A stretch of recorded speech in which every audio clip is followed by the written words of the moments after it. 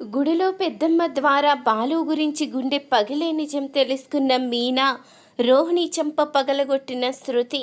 ఈ వీడియో గనుక నచ్చినట్టయితే తప్పకుండా ఒక్క లైక్ చేయండి. ఇక విద్య అయితే రోహిణి వచ్చిన తర్వాత తన ప్రేమ గురించి అయితే చెప్తూ ఉంటుంది.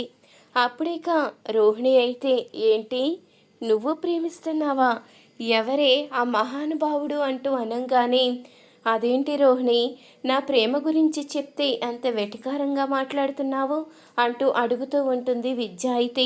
అయ్యో, నీకు వెటకారంగా అనిపించిందా? నేనేదో సరదాగా అన్నానంతే. ఎవరిని ప్రేమిస్తున్నావు, అసలు ఎప్పుడు మీ ఇద్దరికి పరిచయం అయింది అంటూ రోహిణి అడుగుతూ ఉండగా అప్పుడిక విద్య అయితే చెప్తూ ఉంటుంది. తను నాకు ఇంతకు ముందే ఎప్పుడో పరిచయం అయ్యాడు, నీకు చెప్పాను కదా, ఇలా అనుకోకుండా అతని చెంప పగలగొట్టాను అని. ఆ అబ్బాయే అంటూ అనంగానే, అయితే మొత్తానికి ముందుగానే నీ ప్రతాపం చూపించి చివరికి నీ ప్రేమలో పడేసావన్నమాట అంటూ రోహిణి అయితే అడుగుతూ ఉంటుంది. లేదు, నేను ప్రేమించడం కాదు, తనే నన్ను ప్రేమిస్తున్నాడు, నేను ప్రేమించేలా చేశాడు అంటూ ఇక చెప్పంగానే ఇక రోహిణి అయితే, మరి నాకు పరిచయం చేయవా అంటూ అడుగుతూ ఉంటుంది. ఇంతకు ముందు మీనాతో మాట్లాడాను, సీక్రెట్ అని చెప్పాను కదా, ఇదే తన సలహాతోనే నేను ఇలా ముందుకు వచ్చాను. మీనా ఇచ్చిన సలహా వల్లే తను మంచివాడో కాదో తెలుసుకోగలిగాను. తనతో జీవితాన్ని పంచుకోవచ్చో లేదో కూడా అన్నీ అర్థం చేసుకున్నాను. ఇదంతా మీనా పుణ్యమే అంటూ అనంగానే, ఏంటి నీ బెస్ట్ ఫ్రెండ్నైన నన్ను వదిలేసి నువ్వు మీనాని సలహాలు అడిగావా అంటూ ఇక రోహిణి అనంగానే, నిన్ను అడిగితే ఎలా ప్రేమలోకి పడతాను అనుకున్నావు? ఎప్పుడు చూడు నువ్వు మనోజ్ కేవలం డబ్బు గురించి ఆలోచిస్తారు తప్ప మీ ఇద్దరి మధ్య అంత బాండింగ్ ఉన్నట్టు అనిపించదు. కానీ మీనా బాలు చూడు, ఏ కష్టం వచ్చినా సరే ఇద్దరూ కలిసి పంచుకుంటారు, కలిసి చేస్తారు. బాలుకి కష్టమైతే మీనా అడ్డుపడుతుంది, మీనాకి ఏదైనా కష్టమైతే బాలు అడ్డుపడతాడు. కానీ మీ సంగతి చూడు, నీకేదైనా కష్టం వస్తే నీ భర్త మాత్రం వాళ్ళ అమ్మ వెనకాల దోకుంటాడు తప్ప ముందుకి రాడు. మనోజ్కి ఏదైనా వస్తే నువ్వు ఏదో కొంచెం చూసుకుంటావు, కానీ మీ ఇద్దరు బాండింగు అయితే అంతగా నాకు నచ్చలేదు అంటూ ఇక చెప్పంగానే ఆ మాటకి రోహిణి అయితే కోప్పడుతూ ఉంటుంది. సర్లే, ఇదంతా నాకెందుకు, కానీ నాకు కాబోయేవాడిని నీకు పరిచయం చెయ్యాలి అనుకుంటున్నాను, అందుకని నిన్ను ఇక్కడికి పిలిపించాను అంటూ అనంగానే, అవునా, అంటే ఇన్ని రోజులు మీనాతో మాట్లాడి మీనాకి చెప్పి ఈరోజు నాకు పరిచయం చేస్తావన్నమాట అంటూ ఇక రోహిణి అయితే అడుగుతూ ఉంటుంది. అమ్మ మహాతల్లి, మీనాకి ఇప్పటి వరకు అసలు పరిచయమే చేయలేదు, ఎలా మసులుకోవాలి అని సలహాలు అడగడం తప్ప ఇప్పటి వరకు మీనాని అసలు నన్ను ప్రేమించిన వాణ్ణి చూస్తావా అని కానీ, పరిచయం చేస్తానని కానీ అస్సలు అడగలేదు, తను కూడా అడగలేదు అంటూ ఇక చెప్తూ ఉంటుంది విద్య అయితే. ఇంతలో అప్పుడే ఇక విద్య కోసం తన బాయ్ ఫ్రెండ్ అయితే వస్తాడు. ఇక రాగానే రోహిణికి అయితే పరిచయం చేస్తుంది. రోహిణి కూడా ఇక చాలా బాగా మాట్లాడుతూ ఉంటుంది. ఏంటి నువ్వు మా విద్యాని ప్రేమిస్తున్నావా అంటూ అనంగానే, అవునండి, నేను విద్యాని ప్రేమిస్తున్నాను, తను కూడా నన్ను ప్రేమిస్తున్నానని చెప్పింది, అందుకనే తొందరలోనే మా వాళ్ళని తీసుకువచ్చి మా పెళ్ళికి ముహూర్తాలు పెట్టిస్తాను అంటూ అనంగానే అప్పుడిక రోహిణి అయితే కంగ్రాట్స్ చెప్తుంది. అప్పుడిక విద్య ఇక తన బాయ్ ఫ్రెండ్ ఇద్దరూ కూడా ఆనందపడుతూ ఉంటారు. ఆ విధంగా ముగ్గురు కూడా మాట్లాడుకుంటూ ఉంటారు. ఇంతలో మరొక వైపు ఇక మీనా అయితే పువ్వులు తీసుకుని తన తల్లి దగ్గరికి అయితే వస్తుంది. అప్పుడే సుమతి కూడా ఎంతో సంతోషంగా మాట్లాడుతూ ఉంటుంది. ఇక సుమతికి అయితే హాస్పిటల్ నుంచి ఫోన్ కాల్ అయితే వస్తుంది. వస్తున్నాను మేడం అంటూ ఇక సుమతి అయితే తన తల్లితో చెప్పి బయలుదేరుతుంది. అక్క, నాకు హాస్పిటల్కి టైం అయింది, ఫోన్ కాల్ వచ్చింది, ఏదో కేసు ఉందని నేను వెళ్తున్నాను అంటూ సుమతి అయితే చెప్పి వెళ్ళిపోతుంది.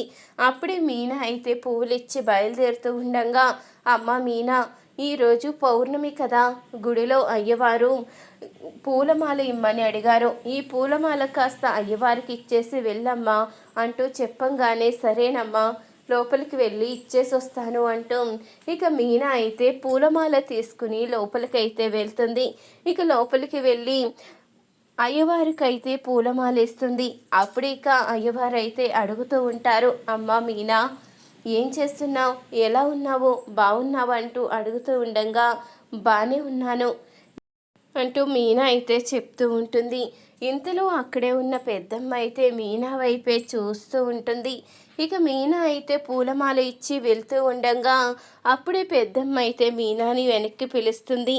మీనా అయితే పెద్దమ్మ దగ్గరికి వచ్చి ఏంటమ్మా ఏం కావాలి అంటూ అనగానే నీకు ఒక గండం రాబోతుందమ్మా అంటూ ఇక చెప్తూ ఉంటుంది పెద్దమ్మ. ఏంటమ్మా నువ్వు చెప్పేది అంటూ అడగంగానే అవునమ్మా నీ భర్తకి ఒక గండం ఉంది, ఆ గండం దాటాలి అంటే ఖచ్చితంగా నువ్వు ఈ పని చెయ్యవలసిందే అంటూ ఇక చెప్తూ ఉంటుంది పెద్దమ్మ అయితే.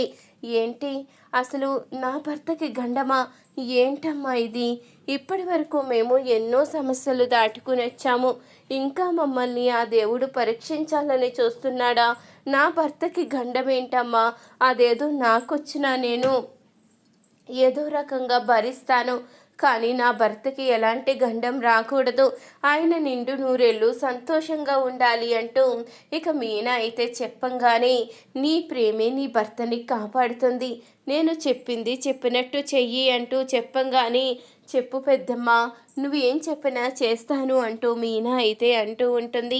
అక్కడ స్వామివారి రక్షా తాడు ఉంటుంది. ఆ రక్షా తాడు తీసుకువెళ్ళి నీ భర్త చేతికి కట్టు, అప్పుడు ఖచ్చితంగా నీ భర్తకి ఎలాంటి ప్రమాదం జరగదు అంటూ అనంగానే అవునా ఖచ్చితంగా తీసుకుని కడతాను అంటూ మీనా అయితే చెప్తూ ఉంటుంది. చూడమ్మా తాడు మాత్రం మర్చిపోకుండా నువ్వు కట్టవలసింది, నీ వాళ్ళ వల్లే నీ సొంత వాళ్ళ వల్లే నీ భర్తకి ప్రమాదం ఉంది, అది గుర్తుపెట్టుకో అంటూ మీనాతో ఇక పెద్దమ్మ అనంగానే మీనా అయితే కంగారు పడుతూ ఉంటుంది. ఏంటి పెద్దమ్మ నువ్వు చెప్పేది, నా వాళ్ళ వల్ల నా భర్తకి ప్రాణగండం ఉందా అంటే ఎవరి వల్ల అంటూ అనంగానే అది నేను చెప్పలేను, కానీ ఇంట్లో వాళ్ళ వల్లే నీ భర్తకి ప్రాణగండం ఉంది, నువ్వు అది చూసుకొని నీ భర్తని నువ్వే కాపాడుకోవాలి అంటూ పెద్దమ్మ అయితే చెప్పంగానే సరే పెద్దమ్మ నువ్వు చెప్పినట్టే చేస్తాను అంటూ మీనా అయితే ఇక రక్షా తాడునైతే తీసుకుంటుంది. ఇక తాడు తీసుకుని ఇంటికైతే వెళ్తుంది. అప్పుడే బాలు అయితే హాల్లో కూర్చుని తను ఫోన్లో వీడియోస్ అయితే చూస్తూ ఉంటాడు. మీనా అయితే ఇక బాలు దగ్గరికి కంగారుగా వచ్చి చెయ్యి అయితే ముందుకు చాపమంటుంది. ఏమైంది మీనా, ఏం జరిగింది, ఇంత కంగారుగా వచ్చి చేతిని ముందుకి జరపమంటున్నావు అంటూ అనంగానే ఏమీ లేదు, నా మాట కొంచెం వినండి, నేను చెప్పింది చెయ్యండి అంటూ మీనా అంటూ ఉండగా అసలు ఏమైందని అంత కంగారు పడుతున్నావు అంటూ ఇక బాలు అయితే అడుగుతూ ఉంటాడు. ఏమైందేముంది, ఈరోజు గుడికి వెళ్ళాను, అక్కడున్న పెద్దమ్మ మీకు ప్రాణగండమని చెప్పింది, ఈ రక్ష కట్టమని చెప్పింది అంటూ అనంగానే ఏంటి ఎవరో చెప్పిన మాటలు నమ్మి ఇంత కంగారు పడుతున్నావా, నా చేతికి రక్ష కడితే నా ప్రమాదం ఆగిపోతుందా ఏంటి అంటూ బాలు అయితే అడుగుతూ ఉండగా ఏంటండి అలా మాట్లాడతారు, నేను చెప్పింది వినమని చెప్తున్నాను కదా అంటూ ఇక బాలు చేతికి రక్షణ అయితే కడుతుంది మీనా. అప్పుడే ఇంతలో ఇక బాలు అయితే అంటూ ఉంటాడు, ఇలా రోడ్డు మీద అమ్మే తాడులు తీసుకువచ్చి రక్ష అని కట్టి అసలు నీకు ప్రమాదం జరగదు ఈ రక్ష ఉంటే అంటూ ఎలా మాట్లాడుతున్నావు మీనా, నువ్వు కూడా ఇలాంటివన్నీ నమ్ముతావా అంటూ అడుగుతూ ఉండగా అప్పుడే ఇక మీనా అయితే చెప్తూ ఉంటుంది, చూడండి ఇది నా నమ్మకం, మీరు మాత్రం ఈ రక్ష ఉంచుకోవలసిందే అంటూ మీనా అయితే చెప్పంగానే సరే నేను నిరూపించడానికైనా ఈ రక్ష తీస్తాను అంటూ బాలు అయితే అంటూ ఉంటాడు. చూడండి మీరు రక్ష తీయడానికే వీల్లేదు, తీస్తే ఊరుకోను చెప్తున్నాను అంటూ మీనా అనంగానే ఏం చేస్తావు తీస్తే అంటూ బాలు కూడా వెటకారంగా మాట్లాడేసరికి అక్కడే సోఫాలో ఉన్న దిండుని తీసుకుని ఇక బాలునైతే కొడుతూ ఉంటుంది మీనా. బాలు అయితే పరిగెడుతూ ఉంటాడు. అప్పుడే తన చేతిలో ఉన్న దిండును బాలు మీదకి విసిరేస్తుంది మీనా. బాలు అయితే పక్కకి తప్పుకోవడంతో ఆ దిండెళ్ళి ప్రభావతికి అయితే తగులుతుంది. అప్పుడిక మీనా అయితే ఒక్కసారిగా షాకే చూస్తూ ఉంటుంది. ఇంతలో అప్పుడిక బాలు కూడా నువ్వు కొట్టక ఈ ప్రభావతమ్మకే కొట్టావా, ఇక అయిపోయినట్టే అంటూ బాలు అయితే అంటూ ఉంటాడు. అప్పుడే ప్రభావతి అయితే అడుగుతూ ఉంటుంది, ఏంటే అత్తగారినన్న గౌరవం కూడా లేకుండా ఇలా కనీసం లోపలికి వస్తున్నానని ఇది కూడా లేకుండా దిండేసి కొడుతున్నావు అంటే నన్ను బయటికి పొమ్మని అర్థమా? ఏమీ అనలేక ఈ విధంగా నువ్వు పగ తీర్చుకుంటున్నావు అంటూ ఇక అడుగుతూ ఉండగా, అయ్యో అత్తయ్య, మిమ్మల్ని కావాలని ఎందుకు కొడతాను చెప్పండి, ఏదో ఈయన్ని కొట్టబోతూ ఉండగా ఆ దిండు మీకొచ్చి తగిలింది అంటూ ఇక మీనా అయితే చెప్తూ ఉంటుంది. ఏంటి, నీ భర్తని కొట్టబోయావా? అసలు మీ ఇద్దరి మధ్య ప్రేమ దోమ అంటారు కదా, మరి వాడంటే నీకు గౌరవం కూడా అంటావు కదా, నీ భర్తని దిండుతో కొట్టడం ఏంటి అంటూ నిలదీస్తూ ఉంటుంది ప్రభావతి. ఇంతలో సత్యం అయితే వస్తాడు. ఇక సత్యం రాగానే అడుగుతూ ఉంటాడు, ఏమైంది ప్రభా, ఎందుకంత కోప్పడుతున్నావు అంటూ అనంగానే, చూడండి అత్తగారు నన్న గౌరవం కూడా లేకుండా ఈ దిండి నా మొహాన్ని వేసి కొట్టింది. మీ కోడలు ఎంతో బాధ్యత గల కోడలు, అందరినీ ఎంతో ప్రేమగా చూస్తుంది, ఎంతో గౌరవిస్తుంది అంటారు కదా, మరి ఇదేంటి అంటూ అడుగుతూ ఉంటుంది ప్రభావతి అయితే.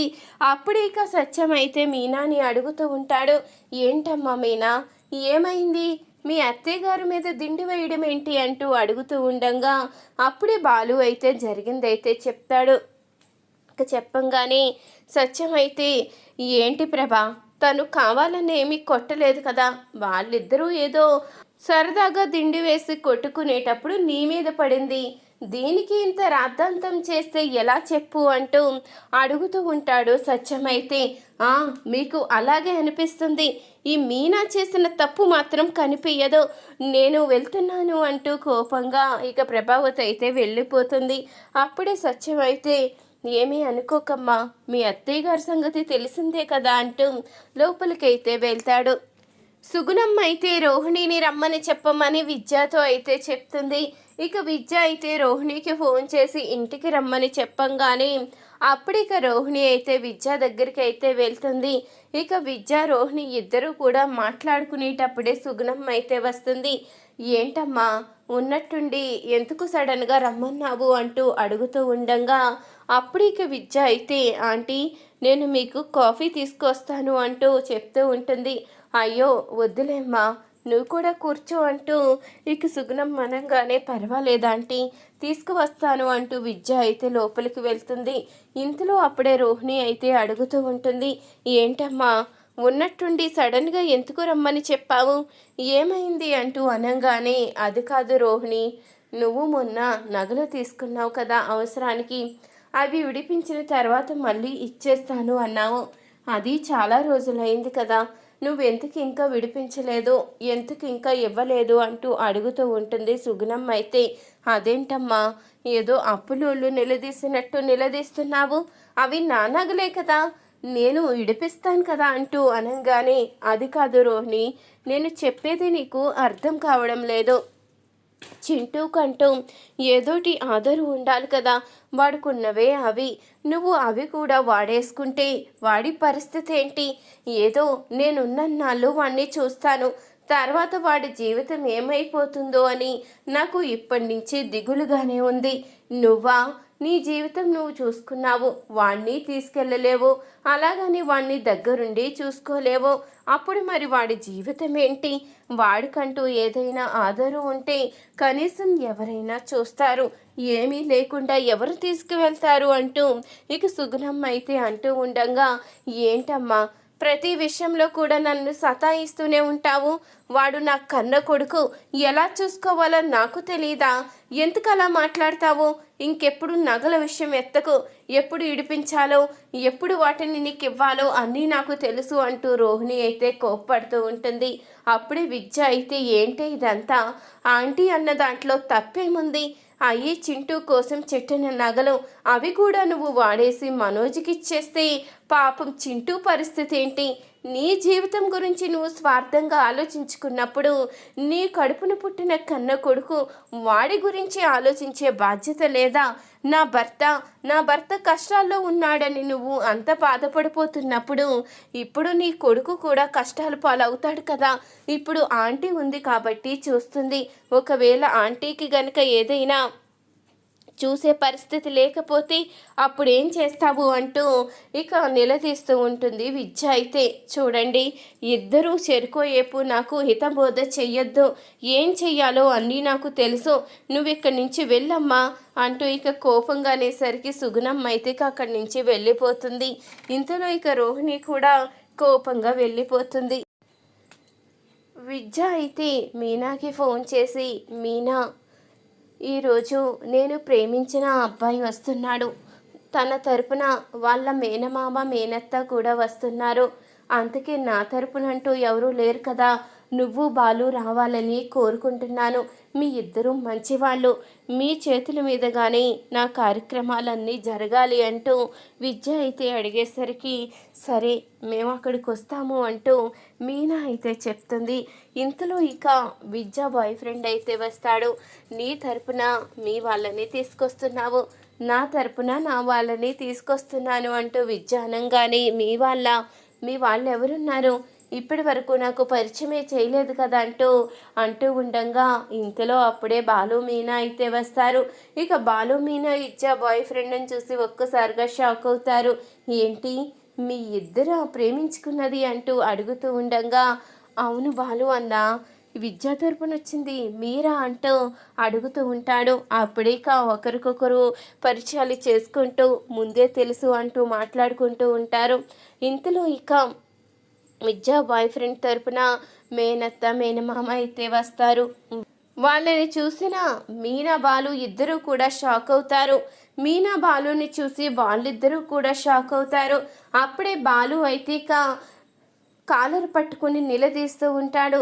ఇంతలో ఇక విద్యా బాయ్ ఫ్రెండ్ అయితే అడుగుతూ ఉంటాడు, ఏంటన్నా ఏమైంది? ఎందుకు నువ్వు మా మావయ్య కాలర్ పట్టుకున్నావు అంటూ అనగానే వీడెవడో తెలుసా?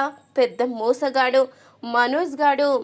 3 కోట్ల విల్లాని 30 లక్షలకి వీడికి అడ్వాన్స్ ఇచ్చి తీసుకున్నాడు కదా. ఆ మోసం చేసింది ఎవడో కాదు వీడే అంటూ ఇక బాలు అయితే కోపంగా కొడతాడు.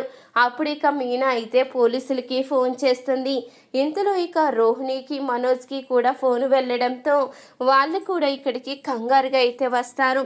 అప్పుడు ఇక పోలీసులు అయితే విల్లా విజయ్ని తన భార్యని అయితే అరెస్టు చేసి తీసుకువెళ్ళడంతో అప్పుడే విద్యా బాయ్ ఫ్రెండ్ అయితే బాధపడుతూ ఉంటాడు. నన్ను క్షమించన్నా, మా మామయ్య అత్త ఇలాంటి పని చేస్తారని అస్సలు అనుకోలేదు, నన్ను క్షమించు, ఈ విషయంలో నాకు సంబంధమేమీ లేదు అంటూ అనగానే నీ గురించి నాకు తెలుసు కదా, నువ్వు క్షమాపణ చెప్పవలసిన అవసరం లేదు అంటూ ఇక బాలు అయితే చెప్తూ ఉంటాడు.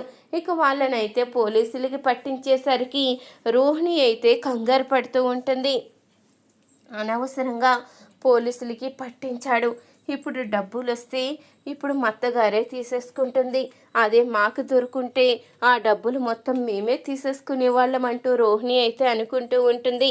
ఇక బాలు మీనా మనోజ్ రోహిణి నలుగురు ఇంటికైతే వస్తారు. అప్పుడే మనోజ్ అయితే ఇక ప్రభావతి దగ్గరికి వెళ్ళి మన 30 లక్షలు మోసం చేసిన వాడు దొరికాడమ్మా అంటూ అనగానే ప్రభావతి అయితే అయ్యా దేవుడా మాకు ఆ డబ్బులు రప్పిస్తున్నావా అంటూ ఇక దండం పెట్టుకుంటూ ఉంటుంది. వాళ్ళని పట్టుకున్నది బాలు మీనా అంటూ ఇక రోహిణి అయితే చెప్తూ ఉంటుంది.